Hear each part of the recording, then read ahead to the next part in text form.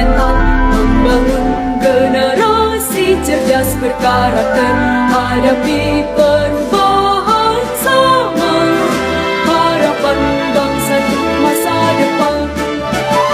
Tingkatkan moral dan keilmuan, wujudkan generasi emas Indonesia, satukan citra dalam ragam budaya sebagai pelajar. Waalaikumsalam warahmatullahi wabarakatuh. Alhamdulillah, puji syukur kita panjatkan kepada Allah Subhanahu wa taala karena pada pagi hari ini kita masih diberikan kesehatan, kesempatan sehingga kita bisa bertemu kembali di SMP Muhammadiyah.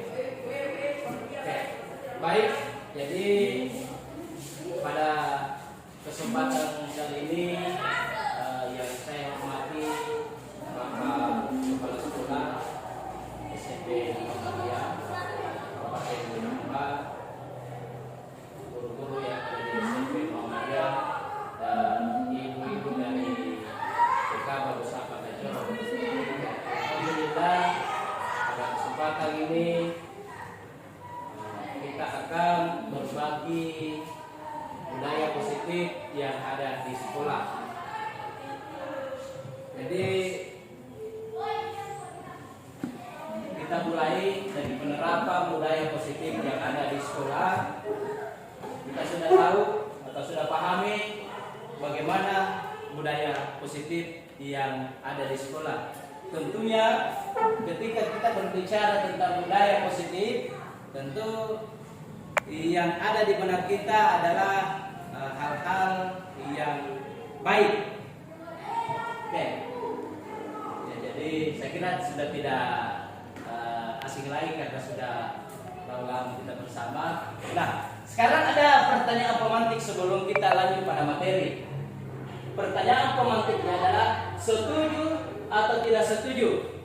Yang pertama, hukuman dapat mendisiplinkan anak.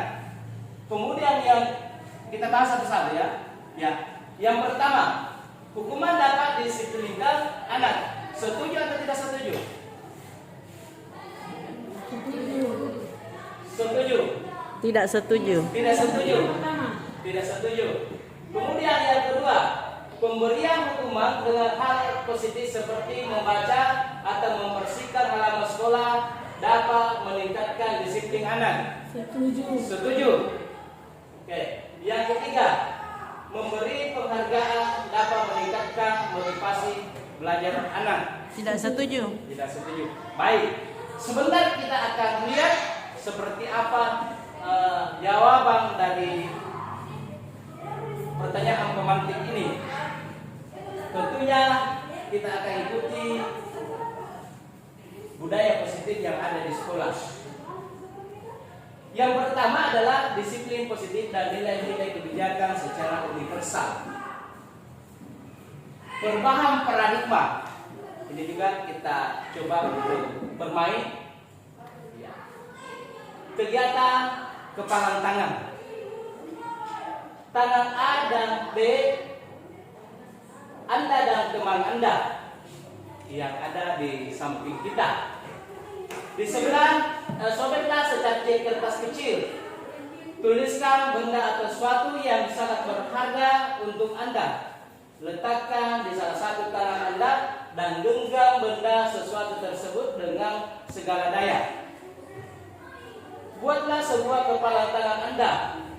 B akan mencoba. Jadi di samping kita akan mencoba dengan sekuat tenaga dengan berbagai cara untuk meminta Anda memberikan benda tersebut, bisa membujuk, mengancam, menghardik, merayu, menyuap, apa saja yang agar dapat membuka kepala tangan teman yang ada di samping kita. Nah, sekarang setelah kita melihat yang ada di atas, kita anggaplah ada di tangan kita menggenggam. Jadi di samping kita mau membujuk. Jadi di samping kita mau membujuk, bagaimana caranya? bagaimana upayanya supaya bisa teman ini membuka kepala tangannya? Bisa diperhatikan? Oke, bisa. Oke, silakan. Jadi di samping Anda, salah satunya saja. Siapa yang mau melakukan? Ya. Oke, silakan. Bagaimana caranya? Apakah bisa membujuk, mengancam? Oke, silakan. Bagaimana caranya? Apakah bisa membujuk, mengancam, menghadik, merayu, menunjuk, atau apa saja supaya bisa terbuka? Coba, satu saja, satu yang membujuk, satu yang mempertahankan ini. Apa upaya kita? Bagaimana cara kita bisa membuka ini? Diancam kakak, dibujuk kakak. Iya. Coba. Apa upaya sekali saya terbuka kepala tangannya? Di kepala tangannya ini ada sesuatu yang digenggam. Ada sesuatu yang digenggam. Ini yang harus dipertahankan. Nah, cara bagaimana merayu atau upaya kita sehingga kepala tangan ini bisa terbuka. Coba.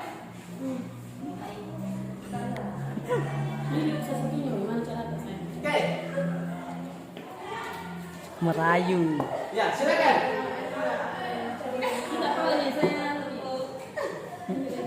Oke.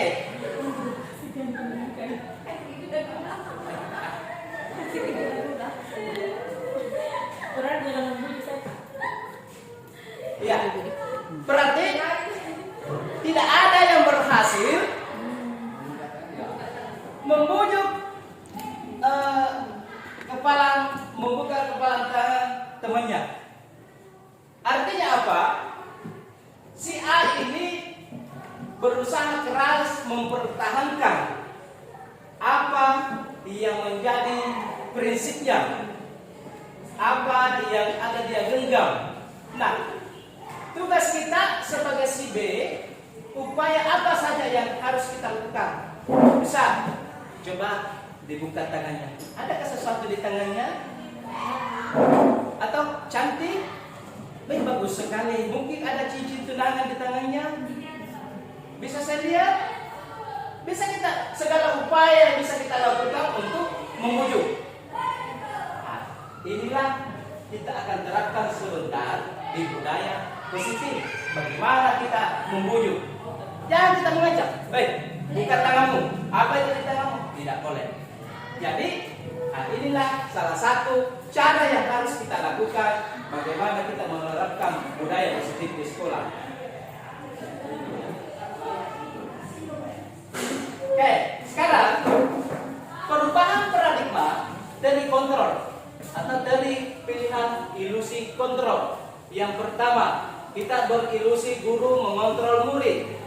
Yang kedua, ilusi bahwa kritik dan membuat orang merasa bersalah dapat menguatkan karakter. Ketiga, ilusi bahwa semua penguatan positif efektif dan bermanfaat. Yang keempat, ilusi bahwa orang dewasa memiliki hak untuk memaksa. Nah, ini ketika kita lihat ilusi perubahan paradigma seorang guru yang ada di atas, tentu kita ilusi kita gambarannya sama.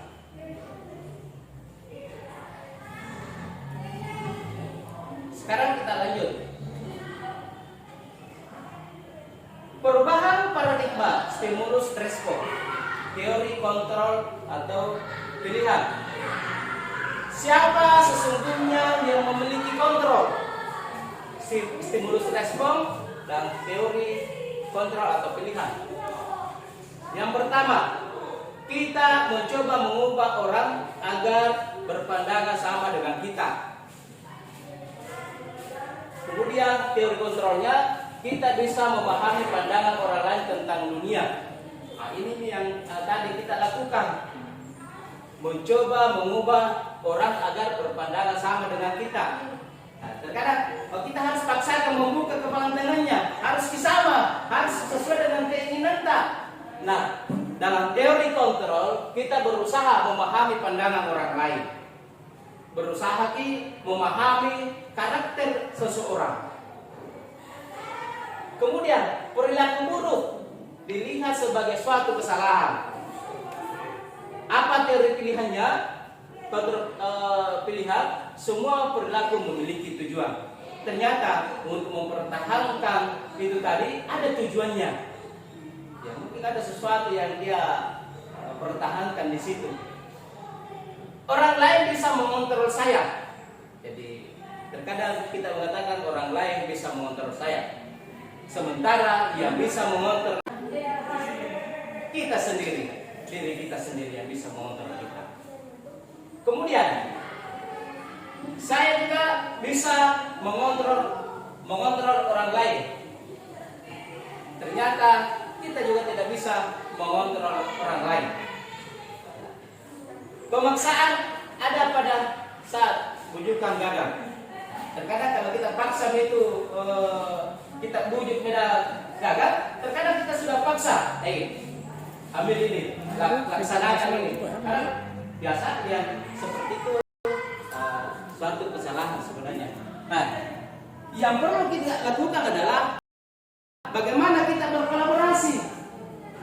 Jadi segala sesuatu tidak mesti harus kita selesaikan dengan sesuatu yang kekerasan, tapi bisa kita berkolaborasi, konsensus menciptakan pilihan-pilihan baru, cari solusi baru, cari ide-ide baru untuk menyelesaikan suatu masalah. Model berpikir menang atau kalah, ini juga yang biasa. Sementara teori kontrolnya adalah model pikiran menang. Jadi kita berpikir kita harus menang. Apa yang kita harus menang bukan berarti kita melakukan suatu kekerasan. Tetapi bagaimana kita berkolaborasi? Sebentar akan lebih jauh dijelaskan bagaimana posisi kontrol. Kemudian lanjut disiplin positif teori kontrol. Ya, menurut William. Di sini Anda tidak bisa mengontrol orang lain, hanya Anda yang bisa mengontrol diri Anda. Ya, turunannya maka disiplin belajar diri dengan menggali potensi kita. Jadi kalau kita sudah tertekan, maka yakin saja kita tidak bisa mengembangkan diri kita karena kita tertekan. Tetapi ketika kita mengenali potensi kita, ya, mengenali potensi diri anak-anak kita, peserta didik kita, maka biarkanlah anak-anak itu. Inilah tujuan kurikulum merdeka sebenarnya. Anak-anak ini yang dibiarkan untuk menggali potensi apa yang dia miliki. Kita ini sebagai guru adalah manajer, ya, posisi yang paling tertinggi.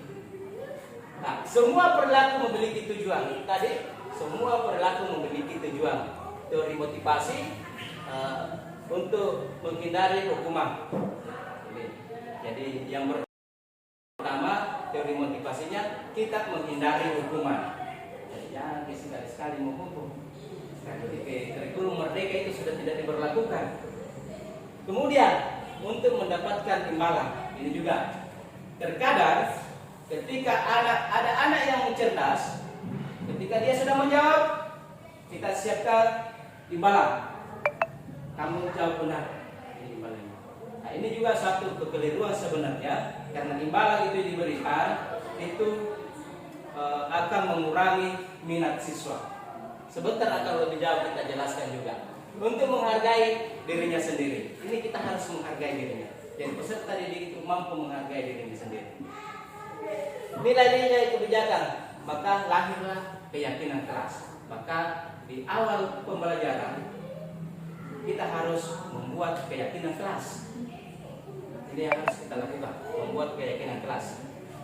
Kemudian model berpikir menang-menang kolaborasi, konsensus menciptakan pilihan-pilihan baru. Inilah 5 posisi kontrol. Nah, inilah 5 posisi kontrol. Yang pertama, apakah kita sebagai penghukum, pembuat rasa bersalah, teman, pemantau, dan tingkat yang lebih tinggi adalah manajer. Jadi tingkat yang lebih tinggi adalah manajer. Nah, 5 posisi kontrol ini yang harus kita pahami. Apakah kita sebagai penghukum? Ada sebentar pertanyaan-pertanyaannya. Apakah kita membuat rasa bersalah? Bagaimana kalau penghukum? Tentu kalau penghukum kita sudah tahu, oh penghukum pasti sifatnya hukuman. Kalau membuat rasa bersalah, tentu kita kembalikan anak-anak, memberikan nasihat supaya dia merasa bersalah, mengakui kesalahannya. Kemudian teman, kita juga sebagai teman, kita bisa sebagai teman terhadap peserta didik kita atau murid kita, dan sekarang yang digunakan itu adalah murid sesuai dengan filosofi Ki Hajar Dewantara. Kemudian pemantau, kita hanya memantau. Setelah itu kita panggil apa yang pernah dia lakukan, maka kembali lagi setelah kita pantau, maka buat rasa bersalah. Ini adalah posisi yang paling tinggi di 5 posisi kontrol, adalah manajer. Manajer ini adalah memberikan solusi, memberikan pencerahan yang bisa sebagai tingkat tertinggi dari posisi ini. Bagaimana kita mampu mengarahkan anak-anak kita ke arah yang lebih baik. Kemudian di sini juga melahirkan segitiga restitusi. Ya, di segitiga restitusi ini ada menstabilkan identitas, validasi kebutuhan, dan menanyakan keyakinan. Nah, kemudian realitas kebutuhan kita berbeda-beda. Kita berusaha memahami pandangan orang tentang dunia. Setiap orang memiliki gambaran berbeda-beda.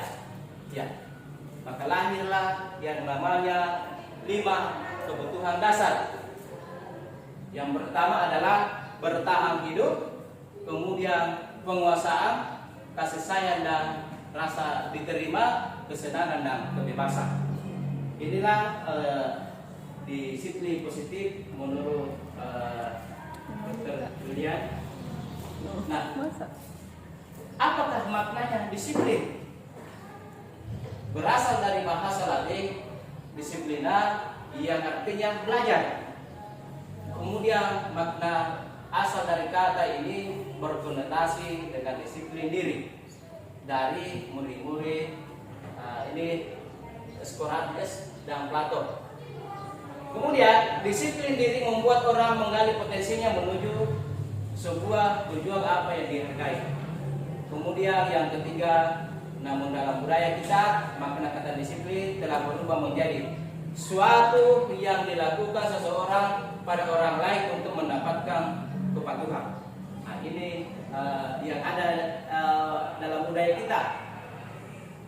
Jadi bukan dalam artian belajar, tapi ada mendapatkan kepatuhan, patuh kepada kita, apa yang kita perintahkan, apa yang kita arahkan, sebenarnya boleh dilakukan, tetapi paling tidak harus kita kontrol juga.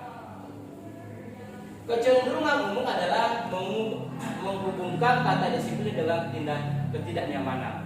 Ya, jadi kalau ada rasa ketidaknyamanan, kalau dipaksakan untuk melakukan sesuatu, ada merasa tidak nyaman bagi siswa atau peserta didik. Ya, jadi dengan apa yang kita hargai atau pencapaian suatu tujuan yang mulia. Nah, nilai-nilai kebajikan secara universal. Ini ada yang garis bawah. Setiap perilaku perbuatan memiliki suatu tujuan. Jadi perilaku atau perbuatan kita tentu memiliki suatu tujuan. Dengan mengaitkan nilai kebajikan dan diyakini seorang, maka motivasi intrinsiknya atau motivasi dari dalam akan terbangun sehingga menggerakkan motivasi diri dalam untuk mencapai tujuan mulia yang diinginkan.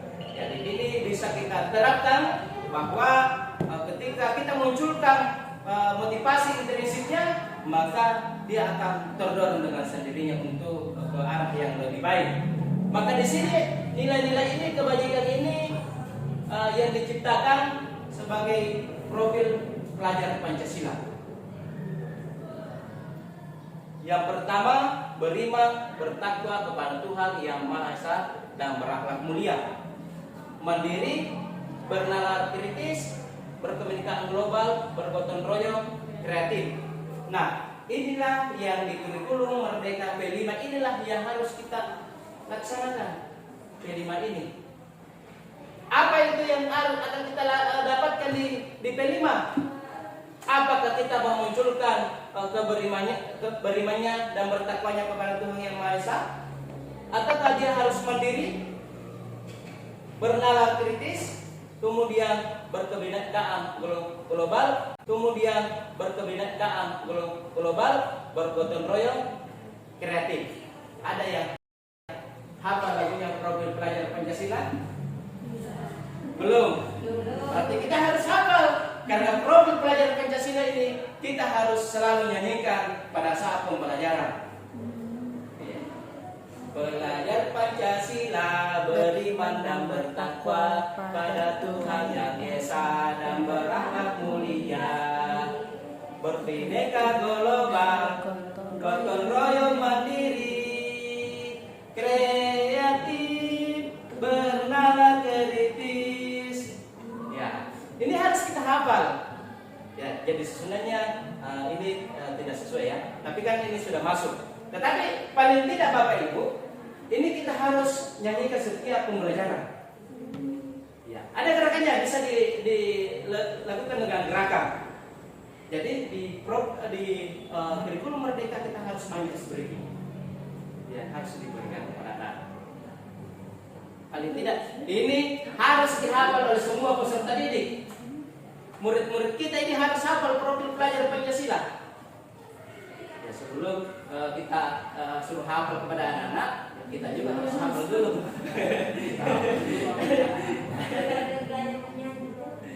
Iya, saya kira Bapak Ibu sudah bisa menyanyi semua. Oke, sekarang kita lanjut masuk pada teori motivasi, hukuman dan penghargaan dan restitusi. Ini agak panjang-panjang Bu ya. Jadi kalau ada yang kuenya bisa dibaca sambil mendengarkan. Teori motivasi dan perilaku manusia. Dalam motivasi eksternal, untuk menghindari ketidaknyamanan, hukuman yang akan terjadi apabila saya tidak melakukannya. Jadi ini adalah teori motivasi eksternal. Ya, ada apa yang terjadi apabila saya tidak melakukannya. Kemudian yang kedua, masih motivasi eksternal untuk mendapatkan imbalan dari orang lain, ya, institusi.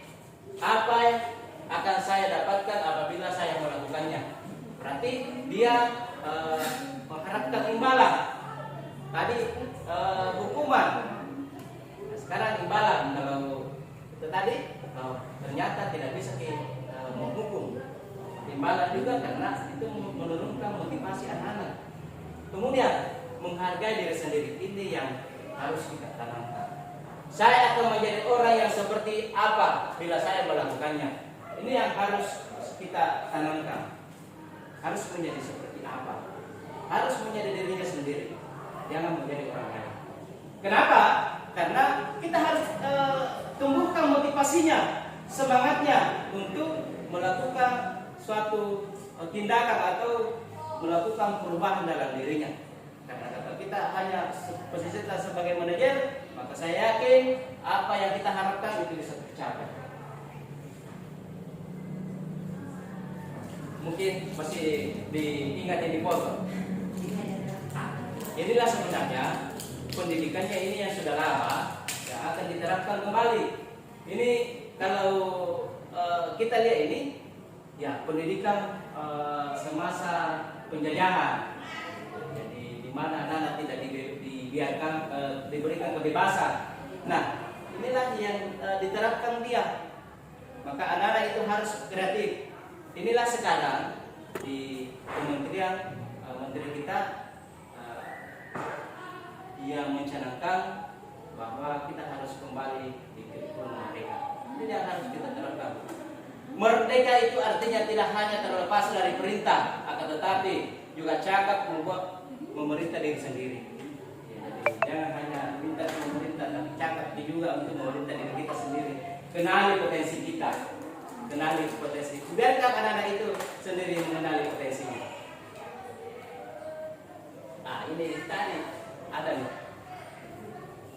Dihukum oleh penghargaan, ternyata pengaruhnya jangka pendek dan jangka panjang. Kalau tidak dikasih anak penghargaan, tidak tahu tidak menjawab. Nah, ini menurunkan motivasi anak-anak. Kalau tidak dikasih nih hadiah, kalau jawab pertanyaan saya akan kasih hadiah, saya kasih kepala, itu sebenarnya tidak perlu. Karena ini pengaruhnya jangka panjang dan jangka pendek. Kemudian penghargaan menghukum. Ternyata memberikan penghargaan itu sama halnya dengan menghukum anak-anak. Karena kita hanya berlakukan hanya sebagian orang. Kalau satu yang mendapat menjawab satu tahun dikasih dia, bagaimana dengan yang lainnya? Nah, ini juga harus kita pikirkan. Jadi yang lain itu merasa bahwa saya tidak dianggap. Itulah sehingga motivasinya anak-anak menurun. Penghargaan mengurangi ketepatan. Ternyata kurang tepat juga. Penghargaan tidak efektif. Penghargaan merusak hubungan. Ya, ternyata hubungan dan tidak boleh salah. Ini mungkin selama ini juga kita belum pahami. Saya juga baru datang ke ini. Yang selama ini kita lakukan ternyata salah.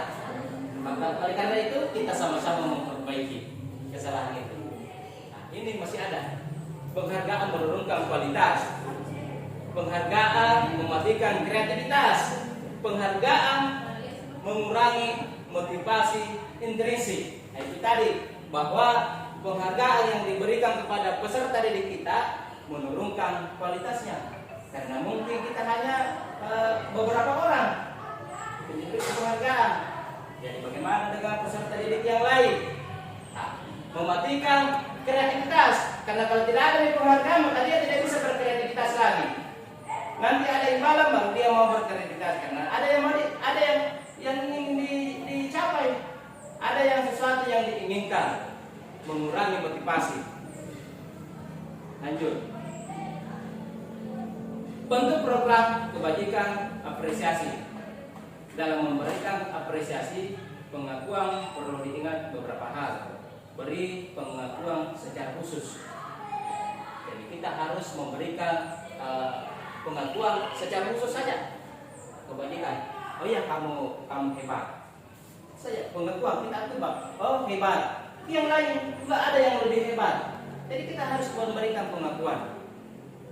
Beri pengakuan secara pribadi. Beri pengakuan kepada semua murid, ya bergantian.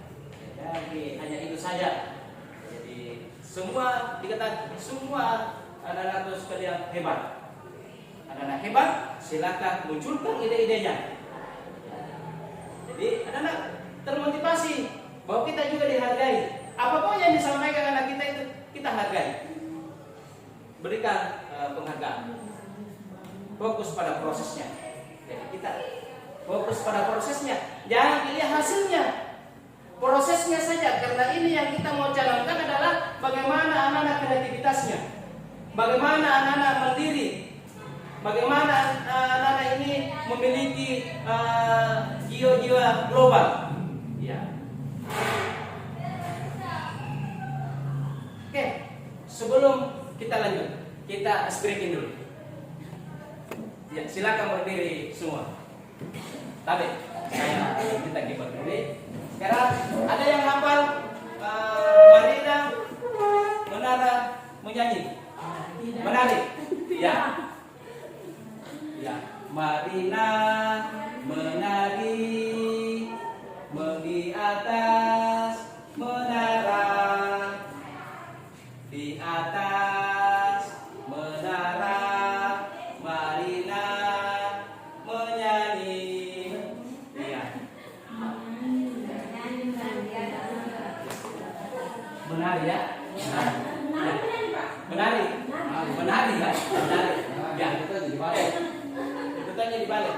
Marina menari di atas menara, di atas menara. Marina menari. Iya. Oke, satu kali lagi. Oke. Marina menari di atas menara, di atas menara. Marina menari. Oke, terima kasih. Silakan dulu. Ya, ini salah satu cara yang harus kita lakukan. Kita harus banyak ekspresinya. Karena di kurikulum Merdeka itu kita kalau di SD banyak-banyak yang disuruh menyanyi. Sekarang itu tujuannya adalah bagaimana membentuk karakter anak-anak kita. Itu dulu karena kita pahami bahwa karakter anak-anak kita itu sangat berkurang. Ya, jadi ini pembuka. Kemarin saya contoh pengakuan atau apresiasi kebajikan. Kemarin saya perhatikan nilai kebajikannya, rasa empatimu besar sekali. Ya, kemarin saya perhatikan, ya, jadi rasa empatimu besar sekali. Situasi pada saat menolong murid baru di kelas kita.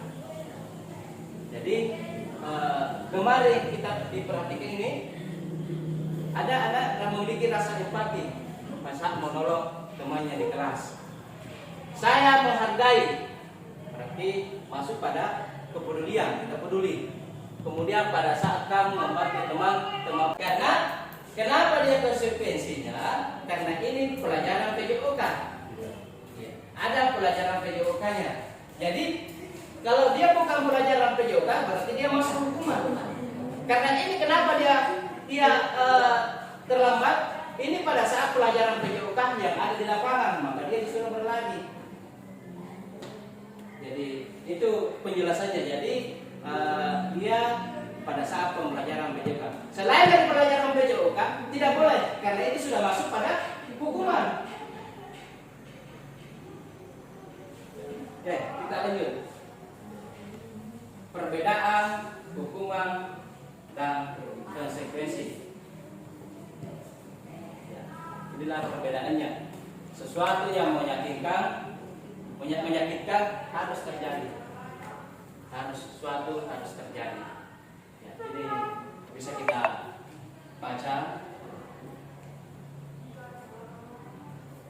Jadi konsekuensinya membuat anak sakit fisik maupun hati untuk jangka panjang atau waktu lama, membuat anak merasa tidak nyaman dalam jangka waktu pendek. Jadi ini yang harus kita hindari sebenarnya ini. Ya, ini yang harus kita hindari. Jadi kita harus pahami yang mana itu hukuman, yang mana itu konsekuensi, supaya kita memahami dan menerapkan kehidupan sehari-hari di sekolah. Iya. Ternyata ketika juga anak dipermalukan itu sudah masuk hukuman. Iya, batin.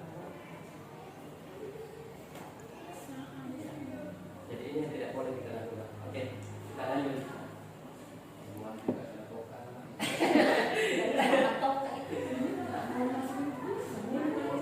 Ini ada restitusinya. Sesuatu yang menyakitkan harus terjadi, itu hukuman. Sesuatu harus terjadi. Restitusinya adalah merupakan suatu pilihan. Kemudian tidak nyaman untuk murid dan untuk jangka waktu panjang. Jadi jangka waktu panjangnya, restitusinya menguatkan untuk murid dalam jangka waktu panjang. Jadi kita harus ingatkan saja. Jadi restitusi itu adalah penyelesaian masalah. Jadi kemudian murid anak-anak akan tersakiti. Jadi kita harus memberikan penguatan, harus kita kuatkan. Dan kita ketika ada yang pernah kita lakukan, kita harus restitusi, berikan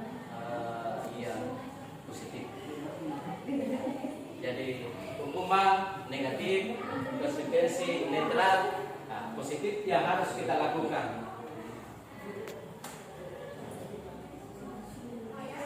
Ada 9 ciri-ciri restitusi. Yang pertama, bukan untuk menebus kesalahan, namun untuk belajar dari kesalahan. Jadi bukan menebus dari kesalahannya, tetapi bagaimana belajar dari kesalahan yang pernah dia lakukan. Ya, jadi ini bukan untuk menebus. Ada kesalahan yang harus ditebus. Itu tadi harus di kesalahan-kesalahan tadi ada hasil keputusan karena lama masuk itu bukan. Tapi bagaimana dia bisa menyadari kesalahan. 2, memperbaiki hubungan. Kita juga jangan kita dicap oleh anak-anak kita, beserta dari kita itu sana begini. Itu sudah tidak boleh lagi kita lakukan. Kemudian ada tawaran, bukan paksaan. Ya, kita restitusinya menuntun untuk melihat ke dalam diri. Ya, kita kembalikan pada dirinya. Pujuklah anak-anak kita, cari tahu apa masalahnya, kenapa dia terlambat. Ya, kita sebelum kita menghukum dia terlambat, tanyakan dulu, kenapa terlambat? Iya. Kalau hari-hari terlambat, ya kita harus pahami juga, Bu. Kalau saja dia hari-hari terlambat, kita harus cari tahu apa kegiatannya. Karena ini kita sebagai guru, kita harus juga tahu, karena kita banyak anak-anak kita itu kan. Yang pertama, ada yang bermasalah dengan keluarganya, tidak ada kasih bangun. Iya. Kemudian yang kedua, harus dulu membantu orang tuanya. Jadi tidak boleh langsung ini hari-harinya terlambat, tapi cari dulu apa penyebabnya sehingga dia terlambat. Kemudian dicarikan solusi. Kalau sudah kita tahu masalahnya, carikan solusinya. Apa solusinya? Bagusnya. Ya, kita ya sekarang, oh gini, begini tong kau ini. Nah, begitu. Kita cari masalahnya, cari solusinya. Nah, kemudian kita selesaikan masalah itu. Mencari kebutuhan dasar itu tadi. Kebutuhan dasarnya apa? Nah, sampai bermasalah di sana dengan keluarganya apa? Cara yang paling baik sendiri, ya, kembalikan ke dirinya. Cara secara baik. Kalau misalnya anak-anak tidak bisa ditangani di kelas depan temannya, panggil dia, kita berdua. Dipanggil masuk di kantor atau di tempat lain berdua untuk dikorek-korek informasinya, karena ada jangan sampai ada privasi. Anak-anak malu kalau diketahui sama teman-temannya, bisa dipanggil. Fokus pada karakter, bukan tindakan. Kita hanya berfokus pada karakternya anak-anak yang mau kita tuntut, bukan kita tindakan kita yang harus kita yang benar, anak-anak tetap salah, tidak. Tapi kita fokus pada penguatan karakternya. Fokus pada solusi, ada solusi yang kita harus berikan. Yang dipanggil anak-anak kemudian tidak ada solusinya. Kita yang berikan, kita yang tanya, biarkan anak-anak itu sendiri yang mencari solusi. Inilah posisi manajer. Posisi yang kelima, posisi yang tertinggi adalah manajer. Anak-anak disuruh mencari masalah. Apa masalah? Suruh ceritakan masalahnya. Kemudian sebentar dia sendiri suruh cari solusinya. Kan kira-kira kalau terlambat apa lagi solusinya kalau misalnya kita terlambat? Apa yang kita lakukan supaya kita tidak terlambat? Kan solusi. Apa yang kita lakukan supaya kita terlambat? Iya Pak, saya harus cepat bangun. Kalau tidak ada sebab, maka saya harus cepat tidur, saya cepat bangun. Biarkan dia nanti sendiri yang menyelesaikan masalahnya. Mengembalikan murid yang berbuat salah pada kelompoknya. Kalau misalnya ada di kelompoknya, kita kembalikan. Ya, anak-anak sendiri yang disuruh memperbaiki kesalahannya dalam kelompok. Nah, ini nih yang harus kita buat. Keyakinan kelas. Mengapa tidak peraturan saja? Mengapa harus keyakinan? Ya, ini yang harus pahami. Mengapa bukan peraturan saja? Kenapa harus keyakinan kelas? Coba bisa dijawab Bapak Ibu? Kenapa? Ya selama ini yang ada di kelas kita apa? Peraturan kelas. Kontrak. Bukan keyakinan kelas. Ya, bukan. Perbedaan peraturan dan keyakinan kelas. Peraturan ini sumbernya satu arah. Hanya guru yang mengeluarkan peraturan. Anak-anak harus mentaati peraturan yang dikeluarkan oleh gurunya. Ya, ini yang harus kita perbaiki. Nah, sekarang yang harus kita lakukan adalah keyakinan kelas. Apa itu keyakinan kelas? Kita membahas keyakinan kelas bersama dengan peserta didik. Kita membuat saja keyakinan kelas kita membuang sampah pada tempatnya. Percaya enggak yang buat? Anak-anak yang sepakati kita harus membuang sampah pada tempatnya. Jadi kalau ada anak yang melanggar, kita harus kembalikan. Kita nggak melanggar keyakinan kelas di poin berapa? Oh, saya melanggar keyakinan kelas di poin 3, Pak. Bu, membuang sampah bukan pada tempatnya. Ini kita harus sepakati. Semua aturan-aturan harus kita sepakati di dalam kelas. Kemudian terlambat datang di sekolah, masuk pada disiplin. Kalau kita terlambat, tidak disiplin.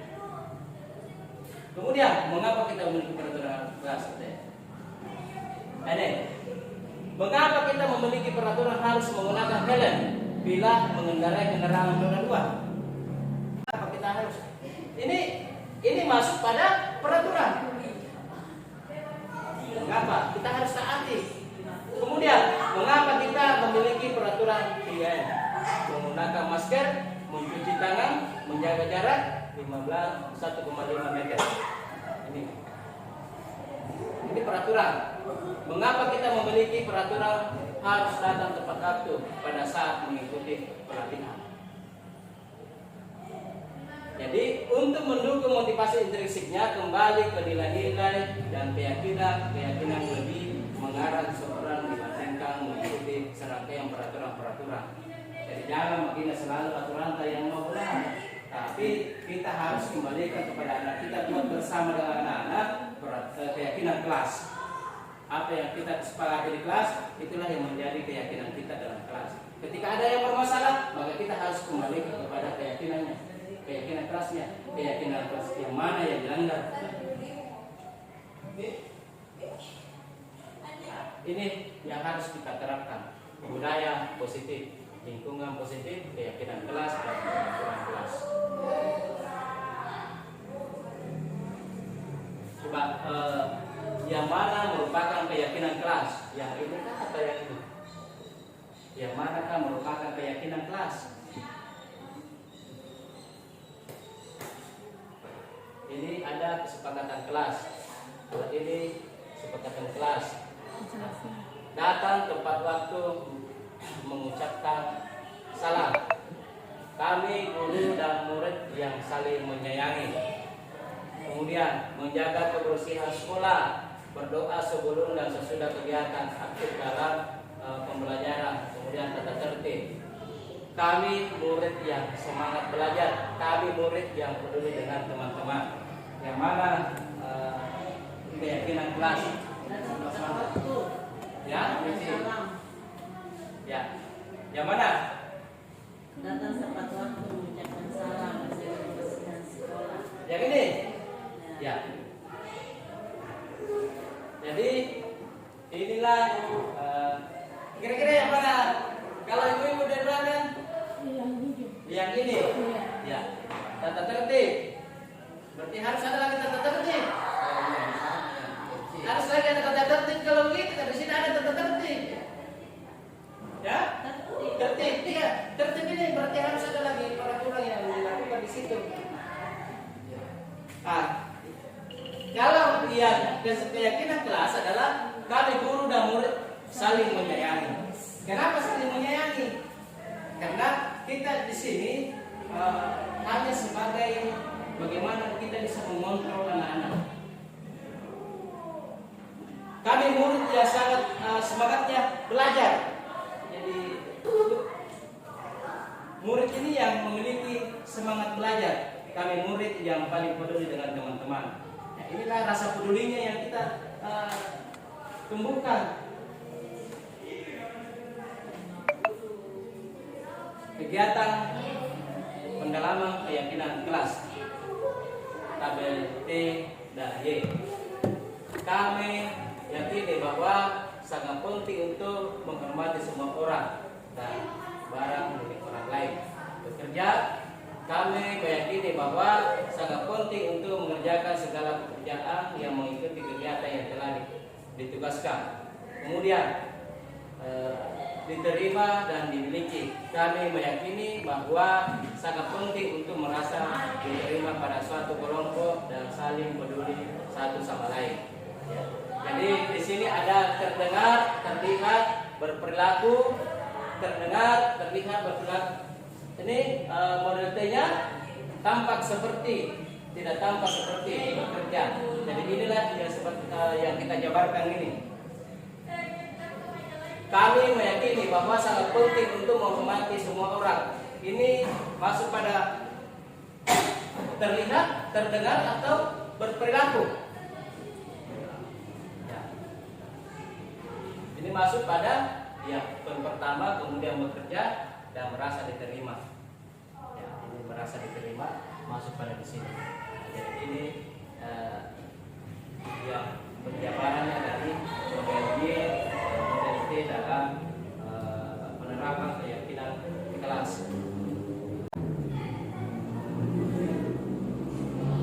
Kegiatan pendalaman keyakinan. Jadi tadi terdengar satu orang berbicara, yuk saya bantu, kita bisa selesaikan ini. Nanti terdengar, kemudian terlihat, berempati terhadap perasaan orang lain. Berarti dia terlihat, ada rasa empatinya. Kemudian bagaimana perilakunya? Ya, tersenyum, ramah. Kemudian tampak seperti datang tepat waktu. Tidak tampak seperti sering hadir terlambat. Itu tidak tampak. Jadi kalau dia tampak seperti sering hadir tepat waktu.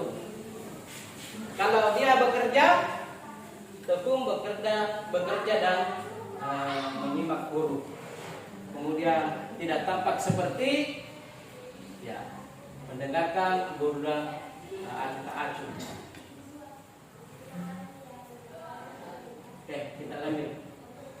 Ada lagi keyakinan kelas.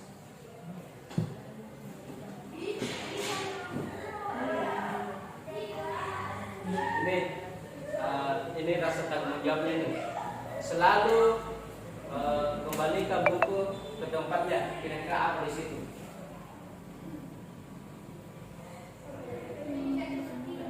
Apakah dia tanggung jawab atau seperti apa? Bertanggung jawab. Ya, nanti dia harus bertanggung jawab. Kemudian dilarang mengganggu orang lain. Saling menyayangi. Hadir di sekolah 15 menit sebelum pembelajaran dimulai. Ya, disiplin. Dilarang melakukan kekerasan.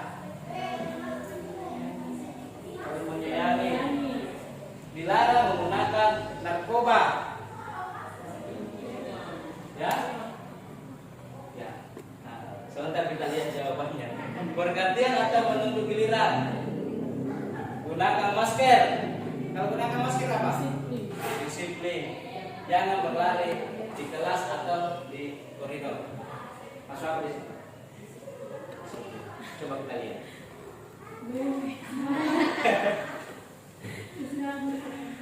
Selalu kembalikan buku ke tempatnya. Berarti ada rasa tanggung jawabnya. Dilarang mengganggu orang lain. Berarti dia harus menghormati orang lain. Kemudian hadir di sekolah 15 menit sebelum pembelajaran dimulai. Menghormati orang lain dan berkomitmen. Dilarang melakukan kekerasan. Keselamatan, menghormati orang lain. Dilarang menggunakan narkoba. masuk pada kesehatan, bergantian atau menunggu giliran, menghormati orang lain dan bersabar. Nah, ini gunakan masker untuk kesehatan dan keselamatan. Jangan berlari di kelas atau di perimeter, keselamatan dan keamanan. Inilah bentuk keyakinan kelas. Inilah peraturannya. Inilah peraturan kelas. Maka dari peraturan ini lahirlah keyakinan kelas. Bisa kita buat dulu peraturan kelasnya yang disepakati apa. Pada sebentar kita ramu dengan bahasa yang baik. Jadi misalnya yang disepakati ada 15 poin. Peraturannya dia disepakati ada 15 poin. Tapi tidak menutup kemungkinan sebentar bisa jadi 5 poin. Karena biasa kan bahasanya sama. Ada tuh disiplin di situ. Ya, datang terlambat. Termasuk pada disiplin. Langsung masuk kebutuhan dasar manusia di dunia berkualitas. Kebutuhan dasar manusia, kita kasih sayang dan rasa diterima. Ada rasa senang, ada penguasaan dan kebebasan. Inilah kebutuhan dasar bertahan hidup. 5 posisi kontrol. Ini 5 poin terakhir. Ada 5 posisi kontrol ini: penghukum, pembuat rasa bersalah, teman, pemantau, dan manajer. Manajerlah posisinya yang paling tertinggi. Menghardik, ini guru berbuat. Menghardik atau menunjuk-nunjuk, menyakiti atau menyindir, itu masuk pada hukuman. Kalau dia merasa bersalah, membuat rasa bersalah, berceramah dan mengatakan seharusnya ibu kecewa. Ibu kecewa kamu tidak saya sangka melakukan perbuatan seperti ini. Kita meyakinkan bahwa anak itu sudah mengaku kesalahannya. Kemudian kita bisa juga posisikan kita sebagai teman, membuat alasan-alasan untuk muridnya. Dan bagaimana kita sebagai teman? Kemudian kita memantau, menghitung dan mengukur. Ya, kita menghitung dan mengukur. Kemudian yang terakhir adalah mengajukan pertanyaan-pertanyaan. Posisi mengajar ini adalah mengajukan pertanyaan-pertanyaan dan sebentar anak sendiri yang mencari solusinya. Itulah posisi mengajar, posisi yang paling penting. Kalau kamu tidak melakukannya, saya awas, ya, rasakan. Ini sudah ancaman ini, berarti menghukum. Jadi membuat rasa bersalah. Kamu seharusnya sudah tahu, ibu, ya, berkali-kali menanya ibu stres. Jadi bagaimana membuat rasa bersalah? Kemudian ayolah lakukan demi ibu. Ayolah lakukan demi ibu. Perbaiki sikapmu. Ini demi ibu atau demi bapak. Kita bisa merubah itu. Kemudian pemantau, apa peraturannya? Kita pemantau ini kita kembalikan tadi peraturan yang sudah disepakati, yang keyakinan kelasnya. Kemudian apa yang diyakini tadi? Ya. Pernyataan. Saya kecewa sekali dengan kamu, membuat orang merasa bersalah. Kemudian kamu tidak pernah benar melakukannya, berarti dia masuk ke hukum. Kemudian ayolah dilakukan demi ibu, berarti teman. Kemudian apakah kamu mau mendapatkan stiker? Mantap. Ya, manajer. Jadi bagaimana kamu bisa menyelesaikan masalah ini? Jadi dia disuruh menyelesaikan. Kalau ada masalahnya dia disuruh menyelesaikan. Jadi posisinya kita sebagai manajer. Tidak harus marah-marah. Tenang saja, apa masalahnya? Sebentar ditanya-tanya, suruh dia sendiri yang cari solusinya atau solusinya. Maka anak-anak akan sadari kesalahannya dan tidak akan melakukannya. Tentu dia memberikan solusi sendiri. Bergerak dan bergerak. Peraturan, memantau, konsekuensi hadiah. Nilai, manajemen,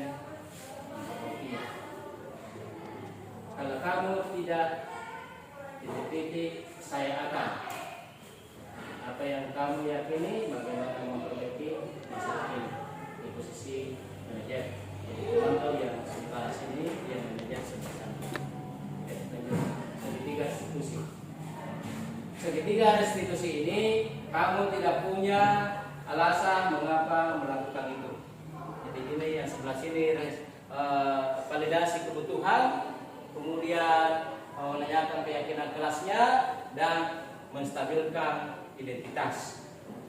Yang pertama, validasi kebutuhan. Kamu tentu punya alasan mengapa melakukan itu. Ya, kalau misalnya dia datang terlambat, tanyakan kenapa datang terlambat. Pasti punya alasannya. Adakah cara yang lebih efektif untuk mendapatkan apa yang kamu butuhkan? Ya, apa yang dia butuhkan, biarkan dia sendiri yang mencari solusinya sebentar. Nilai-nilai yang telah kita sepakati, nilai dari keyakinan kelas. Oke, lanjut. Nah, ini untuk membuat ada yang merasa gagal karena berbuat salah menjadi positif terhadap dirinya. Guru berkata, berbuat salah itu hal yang manusiawi. Tidak ada manusia yang sempurna. Bapak Ibu juga buat salah. Kita pasti bisa menyelesaikan permasalahan ini. Ya. Jadi inilah yang menstabilkan identitas. Menstabilkan identitasnya. Jadi kita Ibu saja yang melakukan kesalahan. Jadi tidak ada yang manusia yang sempurna. Oke, lanjut. Nah, validasi kebutuhannya, apa yang menjadi kebutuhannya. Kamu bisa saja kamu melakukan hal yang lebih buruk, tapi kamu tidak melakukannya kan? Ya. Ini validasi kebutuhannya. Kemudian kamu pasti punya alasan mengapa melakukannya. Apa yang penting bagi kamu? Oke, lanjut. Kamu menanyakan keyakinan. Kita harus yakinkan. Di sini yang kita percaya di kelas. Ya. Seperti apa itu? Nah, ini dia. Kita lanjut saja. Ya. Intervensi 30 detik. Ya, inilah bisa kita pertanyaan ini kita bisa pandu ke menanyakan apa menjadi kebutuhan. Ya, apakah kamu bisa mengubah perilakumu? Kan bisa. Habis itu. Ya. Oke. Baik. Terima kasih atas ini materi yang budaya positif. Mudah-mudahan ada manfaat bagi kita semua. Dan kalau ada yang mau ditanyakan bisa. Jadi ini yang seperti apa tadi, keyakinan kelas, penerapan budaya positif, menghukum, 5 posisi kontrol, segitiga restitusi, ini yang kita harus terapkan. Karena kenapa harus kita lakukan ini adalah memasuki kurikulum 2000, kurikulum Merdeka, ini yang harus kita terapkan. Makanya bagi teman-teman yang masih punya kesempatan, kita luangkan waktu untuk masuk di guru penggerak. Karena di guru penggerak ini yang dibahas adalah filosofi Ki Hayat Dewantara, dan di kurikulum Merdeka itu juga yang dibahas. Jadi relevansinya ada di sini. Dimana sebelumnya saya juga melakukan hal yang seperti tadi, tetapi setelah saya tahu bahwa kita tidak boleh melakukannya, maka kita harus merubah. Jadi mulai sekarang kita harus merubah apa yang tidak baik menjadi yang tidak baik. Ya, jadi terima kasih Bapak Ibu atas kesempatan yang diberikan kepada saya. Lebih dan kurangnya mohon maaf. Assalamualaikum warahmatullahi wabarakatuh.